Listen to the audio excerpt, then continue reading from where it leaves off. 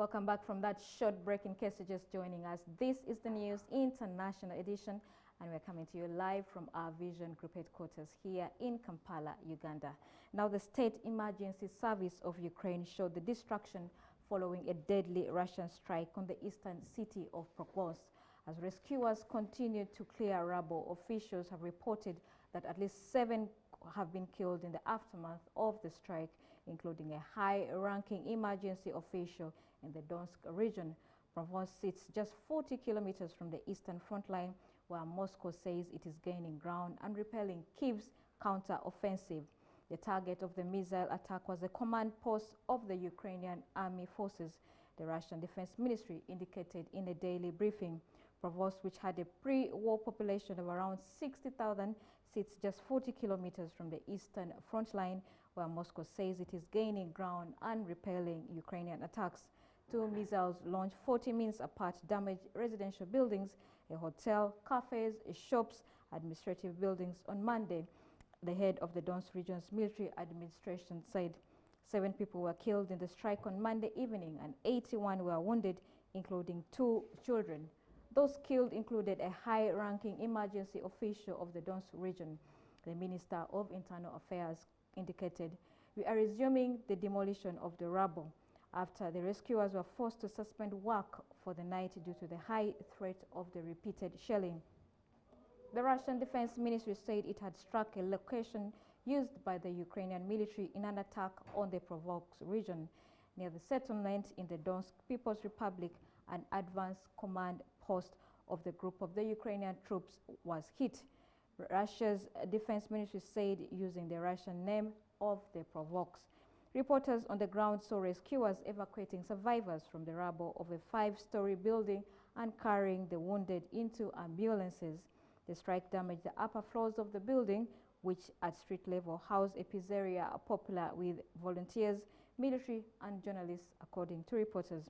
In late June, Russia struck the Ria Pizza restaurant in the building, killing 13 and wounding dozens more. And now from the continent of Africa, in Senegal, jailed Senegalese opposition leader Ousmane Sonko has been on hunger strike since shortly after his arrest last month and has been admitted to a hospital in Dakar. His lawyer and supporters said following the runner-up to presidential elections. On Saturday, Senegal's parliament passed a law that effectively restored the right of 2 key opposition deputies to run in the country's presidential election next year. The vote cleared any person convicted but then either pardoned or amnestied to run for office, paving the way for Khalifa Sall and Karim Wade, who would otherwise have been ineligible. Jailed Senegalese opposition leader Ousmane Sonko has been on hunger strike since then. His party, PASTEF, said in a statement it had been admitted for emergency care, which was confirmed by 2 spokesmen and one of his lawyers. In his statement, PASTEF said the authorities were responsible for Sonko's condition.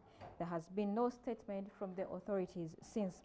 Sonko, 49, started his hunger strike on July 30th, 2 days after he was arrested. A declared candidate for the February 2024 presidential election, he has been engaged in a bitter battle struggle with authorities since 2021 when he was placed under investigation in a moral corruption court. On June 1st, Sonko was sentenced in absentia to 2 months in prison. He and his supporters denounced the conviction as politically motivated. That conviction sparked clashes that left 16 dead, according to the government, and 24 according to Amnesty International, and 30 according to Sonko's PASTEF party. Late in July, he was arrested, and on Monday, he was charged with fomenting insurrection and his party dissolved, setting off more protests in which 2 people were killed. In the moral corruption case, they insist that as Sonko refused to attend his trial and he was convicted in his absence, the law requires that he has to be retried now that he has been arrested. The prosecutor has rejected the interpretation of the law. And that's all the international news we had for you this afternoon. We'll be back again tomorrow at 4 p.m. Thank you for watching and do have yourselves a good afternoon.